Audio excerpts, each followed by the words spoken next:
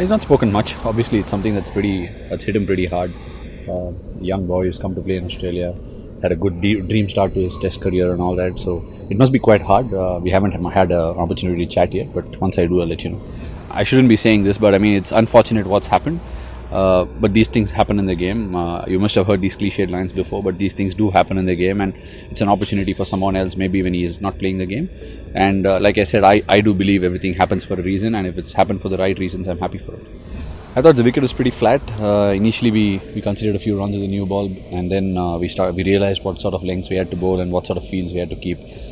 Practice matches are generally those where you're looking to get something out of it for yourself and as a bowling group when you go out there in the park. So I think we got pretty much what we wanted to get out of it. Hopefully we can just pursue some more and get more out of the game tomorrow. You don't turn up on a flight to Australia thinking the wicket's going to spin or seam around. It's always going to be flat, so we know that, and that's how it's going to be. We cannot really complain. We got to just put it behind and try and go ahead and play some good cricket.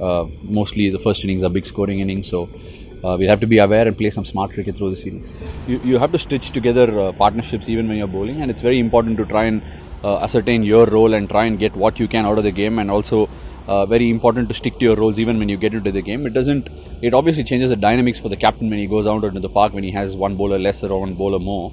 But as a bowler personally, it's still the same for me. As a spinner, it's important to just stick it out there in the first innings. If I get some help in the second innings, try and pitch in. That's pretty much how similar I came here last year. Last when I toured here, I had a very good series, and that was one of the turning points in my career. So I'd like to come back and replicate what I did. I think the whole talk about India starting favourites, and even when Australia came to India, they were saying that they're talking us up, and it looks like more of a strategy to us. And I personally think you'll have to go one day at a time.